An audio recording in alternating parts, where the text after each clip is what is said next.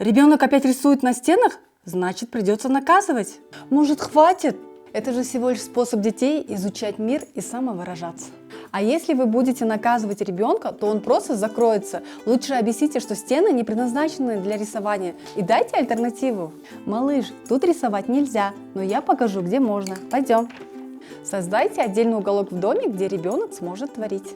Подготовьте все необходимые атрибуты: фломастеры, холст, раскраски. А если вы хотите совместить приятное с полезным, берите тетрадки прописи с 3D-технологией. Они не только научат ребенка писать красиво, но и подтянут его в учебе. А благодаря исчезающим чернилам ребенок может использовать материал снова и снова.